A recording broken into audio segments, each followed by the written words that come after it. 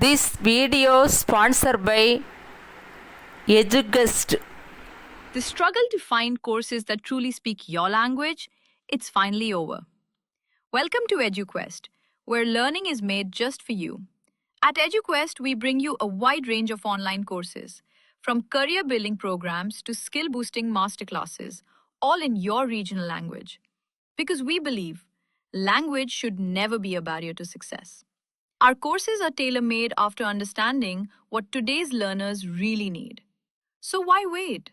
Start learning the smarter, simpler way only with EduQuest. Visit eduquest.courses and explore your next course today.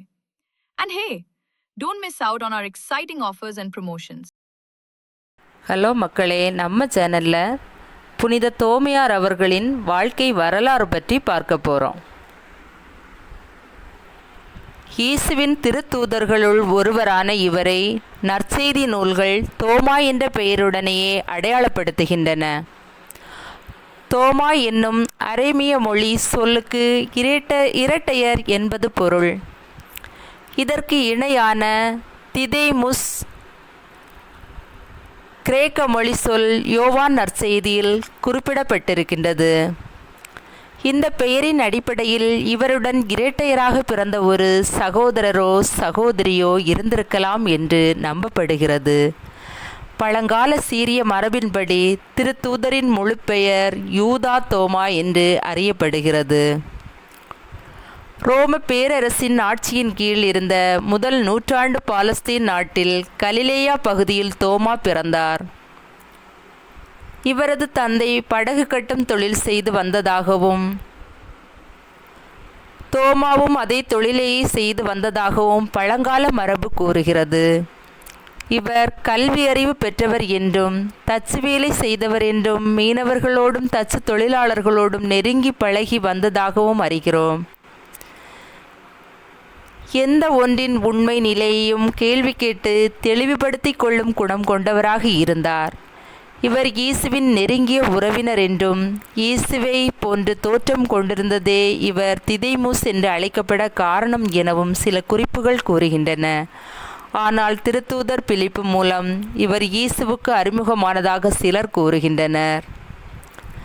மத்தேயு, mark, லூக்கா ஆகிய ஒத்தமை நற்செய்தியாளர்கள் இயேசுவின் 12 திருத்தூதர்களில் ஒருவரான தோமாவின் பெயரை குறிப்பிடுகின்றனர்.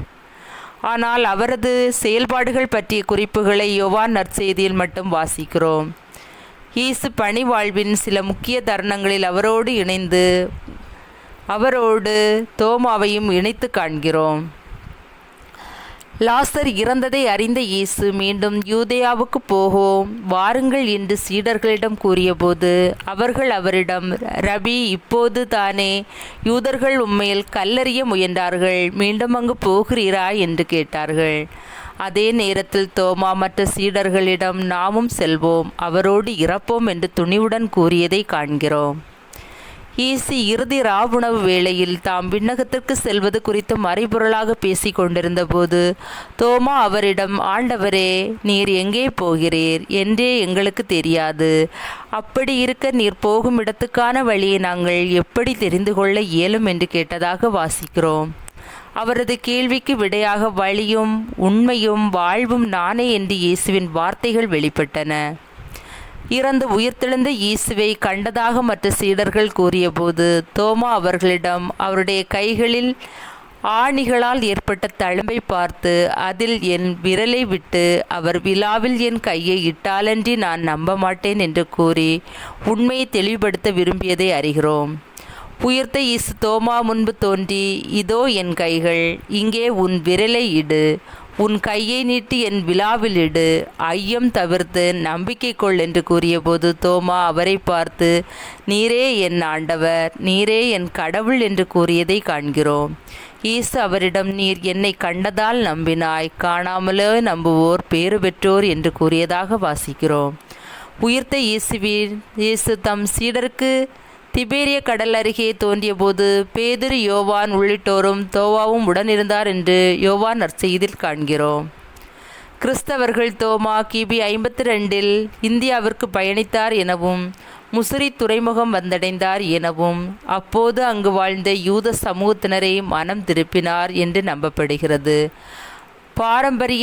பாரம்பரியமாக குறிப்பிடப்படும் தோமாவின் பணிகள் என்ற நூல், ரப்பான் பாட்டு என்ற வாய்மொழி பாடல் தொகுப்பு ஆகியவை திருத்தூதர் தோமா இந்தியாவிற்கு வாழ்ந்தது குறித்து சான்றுகள் வழங்குகின்றன. தோமாவின் பணிகள் என்ற நூல் கிபி 2ஆம் நூற்றாண்டில் சிரியா மொழியில் எழுதப்பட்டது. அது இயேசுவின் உயிர்ப்புக்கு பிறகு தோமா இந்தியாவிற்கு வந்து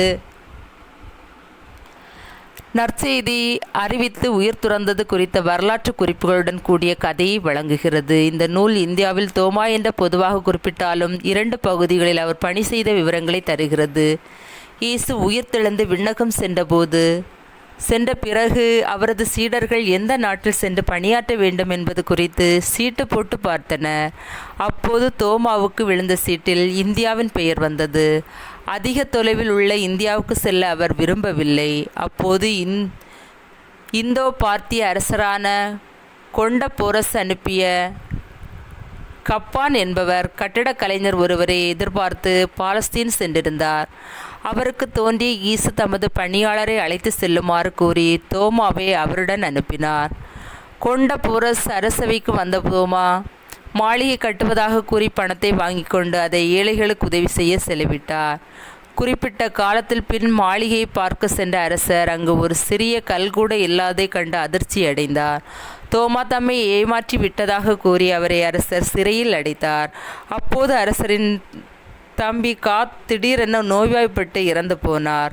அவருக்கு இறுதி சடங்குகள் நடத்த ஏற்பாடு செய்து கொண்டிருந்த வேளையில் அவர் திடீரென எழுந்து விண்ணகத்தில் தமது அண்ணன் பெயரில் உள்ள மாளிகை தமக்கு தருமாறு கேட்டார். இதை அடுத்து தோமா மாளிகை கட்டுவதாக கூறிய உண்மை என்று நம்பிய அரசர் கொண்ட போரஸ் அவரது குடும்பத்துடன் திருமுழுக்கு பெற்று கிறிஸ்தவரானார். அதன் பிறகு சிறிது காலம் அந்த நாட்டில் உள்ள மக்களுக்கு இயேசுவை பற்றிய நற்செய்தி அறிவித்து பலரை மனம் திருப்பினார். பின்னர் மற்றொரு நாட்டிற்கு மயிலாப்பூர் சென்ற தோமா காரிஷ் என்ற அரசவை பணியாளரின் மனைவி மிக்தோனியா நோயை குணப்படுத்தினார். இதை அடுத்து தோமா அப்பகுதியில் இயேசுவுக்கு பற்றிய நற்செய்தி மக்களுக்கு அறிவித்து பல்வேறு அற்புதங்கள் செய்து வந்தார். இதை அறிந்த அரசர் மைஸ்டாயின் மனைவி தெரேசியா தோமாவின் போதனைகளை ஏற்றுக்கொண்டு கிறிஸ்தவராக மனம் திரும்பினார். தெரேசியா கிறிஸ்தவ நம்பிக்கையை கைவிட அரசர் மேற்கொண்ட முயற்சிகள் பயனளிக்கவில்லை. இதனால் ஆத்திரமடைந்த அரசர் தோமாவை கொலை செய்ய ஆணையிட்டார். அதன்படி அரசரின் காவலர்கள் தோமாவை ஈட்டியால் குத்தி கொலை செய்தனர். அவரது உடல் புதைக்கப்பட்ட இடத்திலும் அற்புதங்கள் நிகழ்ந்ததை கண்ட அரசர் மைஸ்டாயும் இறுதியில் கிறிஸ்தவர் ஆனார். Okay, thank you.